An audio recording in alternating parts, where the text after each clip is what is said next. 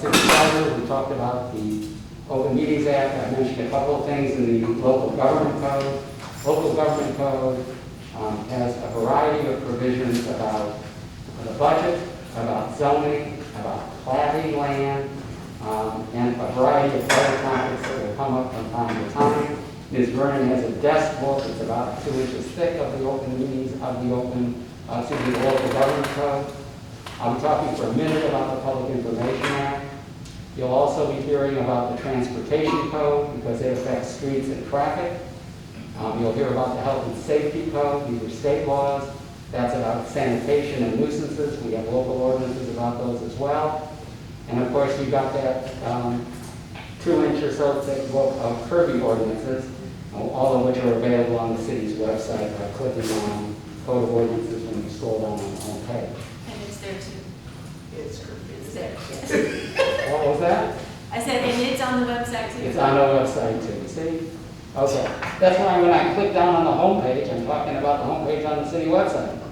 Okay, so I thought I would spend a couple of minutes talking about the city commissions, the entities related to the city, not the governing body. And these are all commissions or boards which have members appointed by the city council. And I believe, Mr. Hernandez, you were on the zoning commission, and you were also on the charter commission briefly, right? Started his charter. Yeah. And So, building plans. in any event, this is redundant for anyone who's familiar with it, but I'm going to just run through it real quickly. Section 1102 of the code, of the charter, says that members of a city board or commission shall be registered voters of the city and reside in the city of Kirby. And as I said earlier, these members are appointed by the governing body. But if someone's term expires on, say, the zoning commission, and that position has not been filled, that former appointee continues to serve under the holdover doctrine in the Texas Constitution, which basically says that an elected or appointed member of a governmental board serves until his or her successor is appointed and qualified. So that's to allow the continuation of city business, even when there's a delay in getting a new person or reappointing a person to one of these boards or commissions. So I'm going to talk very quickly, I hope, about the 4 commissions or boards that I think are the most active in Kirby. The Planning and Zoning Commission, 5 members, 2-year terms, appointed by the City Council. Those terms are staggered. The members select their own chair and vice chair. Quorum for the Zoning Commission is 3. The Zoning Commission makes recommendations to the City Council. It does not take final action on anything. It makes recommendations to City Council on zoning district changes, on special use permits, on amendments to the wording of the zoning ordinance, and on subdivision plats. It also, per the charter, is to do an annual review of the city's comprehensive or city general plan. Actions by the zoning commission and by the city council on zoning matters is discretionary. You kind of do what you think is right. You think what makes sense. You look at the overall impact of something and decide, does this make sense to me or not? However, action on a subdivision plat is not discretionary. If someone presents a subdivision plat that meets all of our ordinance requirements and all of the state law requirements in Chapter 212 of the Local Government Code, it must be approved. There are time limits that can result in deemed approval if a plat is not acted on in a timely fashion.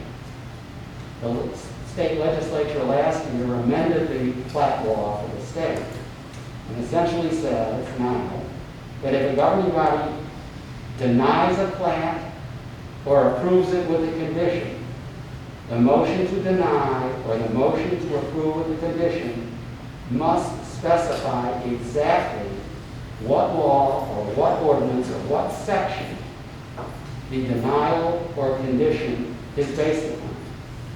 And cities typically rely on recommendations from the city engineer about plat approval or plat conditions or plat denial. If a plat is not acted upon 30 days by the city council, within 30 days of when it is approved or voted on in some fashion by the zoning commission, it's deemed approved on May 31, whether you act or not. So it's important to act in a timely fashion on plats. We don't have that many plats in Kirby now, but we had a few. Mr. Salazar remembers, I'm sure, it was, I think one of the last meetings I was at over the summer in July was a pretty long discussion about a plat. Where Mr. Grant had some questions and other people had some questions. But plats work different than zoning. Plats are not discretionary. The key is to rely on your city engineer, who's the one who has the knowledge base to determine where all the technical requirements satisfy. So relying on the city engineer is an appropriate thing to do in regard to a plat, rather than any kind of speculation. And both Wisconsin and Ms. Vernon are familiar with these 30-day deadlines. On a plat file, basically, once it's accepted for filing, then the zoning commission needs to act on it within 30 days or it's deemed approved by the zoning commission. At that point, the city council has 30 days to act on a plat. These rules do not apply on zoning, but they do apply on plat. And in the interest of serving the public, delays on zoning and platting are really not desirable. Sometimes they're necessary. But with plats, we can't control that calendar. We're stuck with those 30-day time limits unless the applicant voluntarily agrees to an extension. Building and Standards Commission. This commission has what we call quasi-judicial authority over matters involving alleged violation of ordinances related to dangerous buildings or conditions. The commission consists of 5 members and 4 alternates appointed by the governing body. Matters are often brought before the Building and Standards Commission by the city's code enforcement officer. There are detailed notice and hearing requirements for this commission. I've appeared before this commission to do some training. My co-counsel on a lot of Kirby matters, Mr. Paul Fletcher, has been assisting Ms. Vernon and the Building and Standards Commission on a variety of substandard building issues for the last, I would say, 12 to 18 months. The city is trying to improve the community, and sometimes property owners are negligent or absent or have died, and buildings are left to dilapidate. And that hurts everybody. It's unsafe, and it is an adverse effect on property values and just how people feel about their community. An important commission. I think Ms. Vernon would agree we have a pretty energetic chairman now. Yes, sir. Okay? Yes. He's on top of it. Yes. Okay. Kirby Senior Center Corporation in South Dakota. Mr. Martin is also on the Oh, center board. Mr. Martin. Wow, both ends of the dais.